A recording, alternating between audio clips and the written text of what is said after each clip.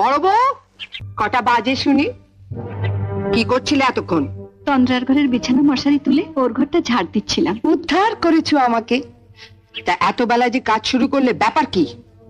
যেই বাড়িতে আরেকটা বউ এসেছে অমনি ঢিলে দিতে শুরু করেছো কাজে, না? কাল রাতে রাজুর জ্বর এসেছিল, ভালো ঘুম হয়নি, তাই উঠতে একটু দেরি হয়ে গেল মা। এসব নাকা নাকা কথা ছাড়ো। এত বেলা হয়ে গেল, এখনো নুন ধরলো না, চা হলো না। আপনি ঘরে গিয়ে বসুন, আমি এক্ষুনি সব সামলে নিচ্ছি। তাড়াতাড়ি করো, এরপর আবার অফিসের রান্না আছে। বড়দি, ঝাঁটাটা আমাকে দাও, আমি ঝাড় দিয়ে নিচ্ছি। তুমি গিয়ে উনুনটা ধরাও। না ছোট, আমি পারবো। রাজুর শরীরটা ভালো নেই, তুই গিয়ে ওর কাছে একটু বস। কে গো বড়দি, মা অত বকলো তবু তোমার লজ্জা নেই? দুজনে দাঁড়িয়ে দাঁড়িয়ে আড্ডা মারছো? আমি এক্ষুনি করে দিচ্ছি।